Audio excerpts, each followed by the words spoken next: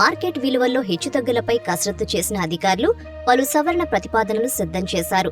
ఏటా భూముల విలువ పెంచాలని, అది కూడా శాస్త్రీయ పద్ధతిలో ఉండాలని ముఖ్యమంత్రి రేవంత్ రెడ్డి అధికారులకు సూచించారు. ఈ నేపథ్యంలో తెలంగాణలో 5 ఏళ్ల తర్వాత భూముల విలువలు పెంచడానికి రంగం సిద్ధమైంది. రెసిడెన్షియల్, కమర్షియల్ ప్రాతిపదికన వ్యవసాయేతర భూములు, ఆస్తుల విలువలు భారీగా సవరించాలని తెలంగాణ ప్రభుత్వం నిర్ణయించింది. ఈ క్రమంలో భూములను మొత్తం 3 కేటగిరీలుగా విభజించారు అధికారులు.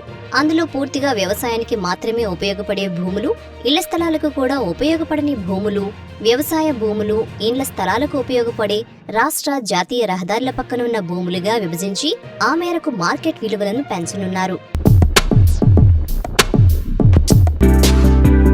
తెలంగాణలో ఎకరం భూమి రిజిస్ట్రేషన్ విలువ ప్రకారం కనిష్టంగా 75,000గా ఉంది. కానీ మార్కెట్ విలువకు రిజిస్ట్రేషన్ విలువల్లో చాలా వ్యత్యాసం ఉందని ప్రభుత్వం గుర్తించింది. అందుకే ఇప్పుడు ఎకరం భూమి రిజిస్ట్రేషన్ విలువ కనిష్టంగా ఎకరం 3 లక్షల వరకు సవరించే అవకాశం ఉంది. ఇక జాతీయ రహదారులు, ఇతర కమర్షియల్ ప్రాంతాల్లో భూముల మార్కెట్ విలువ 100% నుంచి 300% మేర పెంచనున్నట్లు తెలుస్తోంది.